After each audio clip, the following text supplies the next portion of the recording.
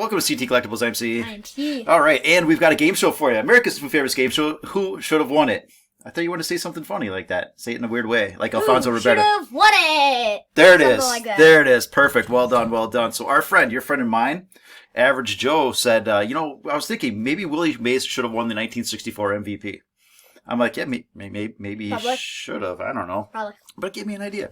What if we went back and looked at MVPs over the course of MLB history, started in the year 1911, and applied modern day thinking to how well a player played in terms of wins above replacement, WRC plus, things they didn't have back in the day.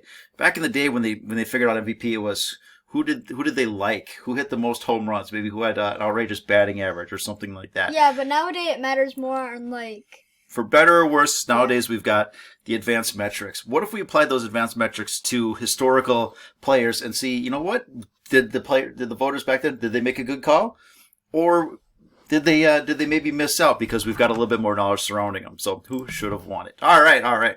So I've got a couple of years here today. We'll see how it goes. We've got our feet wet a little bit. Some years are really obvious, so we'll be able to fly through these. Some years, yeah, it makes some sense to look at it. So 1911 AL MVP we will start off with. Really, 8 home runs. That's a lot. Yeah, right. They're bombers. Two contenders here. Player A, 420 average, 8 home runs, 147 runs scored, 83 stolen bases, 1078 OPS, 189 WRC plus. Not WRC pound, plus, and 11 wins above replacement. Okay? Player B, this was neck and neck here. 408 I know, average. but this is not, besides the home runs, this is video game. This is video game stuff for the most part. Exactly. So 408, yeah, video game, you'd have like 100 home runs with that. 126 runs scored, 83 RBI, 158 OPS, 184 WRC plus, and a 9.7 wins above replacement. Who should have won it, Tom? Sheesh. I know, right? I'm gonna go player A because he just had higher everything, but not by much. Player A is Ty Cobb. Yes, you're correct. 420 average, 8 home runs, 147. That takes the cake. So even though they didn't really like Ty Cobb back in the day, but they were able to put all that aside, and I think they picked the right person in the 1911 AL MVP race. So good job. The history books can stay the same. We don't disagree with them. So yes, good job, voters. Excellent work here. So let's do the NL MVP. Oh, well, in 1911, still our WRC pound. They actually got home runs in the NL. There was a couple, yeah, some big sticks there. So 334 average for player A, 155 WRC plus with a 7 wins above replacement. Player B, 310 average, over 100 runs scored, 5.9 wins above replacement. And player C, 300 average. We have triple digits for runs and RBI, double digits in home runs, 21 home runs, 918 OPS plus. And 5.9 wins above replacement. See, they didn't even know about weighted runs created, wins above replacement. They're basically just looking at home runs. But they still had that stuff, though. Yeah. Just if they're looking at home runs, they definitely chose C. Correct. What do you think? But who should they have picked, Tom? Who should they have picked? Well, the 334 average and there's stuff like that. I'd say that it's probably where we left off. Sorry about that. All right. So, anyways. If we were picking today, where are we at? You think you liked player A with the 330 average, 7 wins above replacement, led in OPS, led in weighted runs created. I know he has 9 home runs, but the 89 overall, but look at those, bases not be good. Look at those numbers. I know, but OPS is really good. Weighted runs created highest, WAR highest. So by today's metrics, this is maybe today's metrics. That's probably who they would pick, wouldn't they? Because who's a player that doesn't hit much home runs, but hits doesn't. Ichiro was a guy that didn't hit a ton. Yeah, exactly. But by modern metrics, they'd probably go with A. Yeah, I definitely go A. Okay, all right. Oh, they went with player C, Frank Schulte. I went with Honus Wagner. They liked the, yeah, I would probably go with Honus Wagner.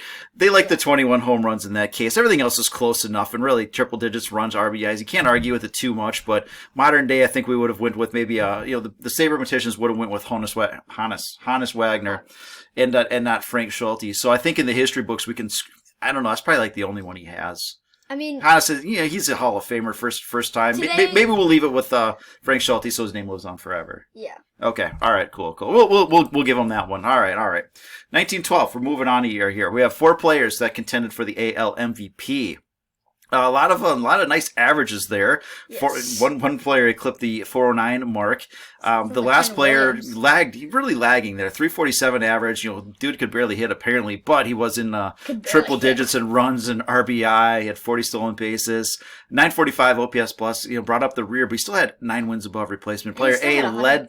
30 yards. Yeah, player A, I think people would have looked at 383 average, the 190 WRC plus, or pound in my case apparently, and the 10.6 WAR, and they'd say, hey, that's probably the guy. It's like Aaron Judge versus Ohtani. It's like, well, you can kind of go either way, but you're going to give the nod to maybe player A. But who would you go with here on this one? I go with? I like that 409 average thing, but apparently back in the day, that's just what everyone did. So yeah, I might Okay, let's see what happens to B. 186. Okay. No, I'm not gonna go B, but D. Oh, excellent runs scored. The RBI mark is pretty impressive there, but look at that OPS plus, which they didn't really pay attention to. Again, they didn't look at any of this stuff here, but we will. I still, C has a really high weighted runs created, highest OPS. Really like the other people. Where are we going? Who are you picking? C. You're going C. Okay. Oh, Tris Speaker edged him out here. I chose the right one again. Yeah. I mean, the better one. It probably should be Ty Cobb, but you can't really argue with Tris Speaker. Maybe Ty Cobb's reputation caught up with him on this year, and they say, you know what, 409, you're a 420 hitter. You're really off this year. Really off excellent all the way around. I think I kind of lean with you, but we'll leave it with Tris Speaker because he's certainly earned it. So the NL really just this one's obviously B, but the NL's terrible. Gosh, look at them. These guys they can't even crack 400 in terms of batting average. This is ridiculous here. So he definitely won this. A though, I highest think RBI. He had 14 home runs and 9 RBI. What? Wait a second. Did you forget to put something in I there? might have put something. I might have forgotten to put something in. That seems like that number 90 is. Something. Let's go 14 with home runs and 9 RBI. Let's go with that. Yeah, exactly. I think that's okay. I think that's impossible. So you know what? I was testing you and you passed. Excellent work there. Okay, you're testing. As Tom, I've consulted with the judges. We've determined that it's 99 runs batted in. 99. Okay. Yes. I was just trying to save space by typing it once, but yeah, it's indeed 2 9s there. So okay. Pretty good numbers. I think it might honestly be B because he's leading in everything. Besides the RBI. Right. Yeah, stolen bases are similar, which is a decent component of WAR. B, higher average just across the board. I think player A had probably some defensive help. Honestly, I'm gonna say it's B. B deserved it. Okay, I'm with you. I'm with you on that one. It's Jack Doyle, C. So 330 average with 10 home runs, 98 runs, 90 RBI, 864 OPS. I think they 5.8 wins above replacement. I think they missed this one here. I think they did. So Hannes Wagner, but I'm with you on Zimmerman. H. Zimmerman. I think that's Hans Zimmerman. Let's go with Heine Zimmerman. So you know what Heine's another word for, right? Yeah. Okay. All right. So he certainly didn't play like it though. So Heine Zimmerman, I think, was the MVP. We'll have to consult isn't Jack Doyle like one of the backup tight end for the Colts or something? Yeah. This might be a different one. Oh, maybe unless he's a vampire. Unless he's a vampire. You ever seen those pictures of like Nick Cage 100 years ago, and he's like, oh, he's a vampire because it looks the same.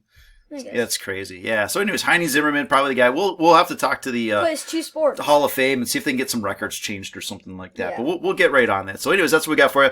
We'll crack out the rest of these again. Some are obvious, so we'll just hit some of the ones that are a little bit more contentious. And there it is. So, all right, Happy New Year. Good to be back. Mm-hmm. That's what we got. Okay. Mm-hmm. Bye. Bye.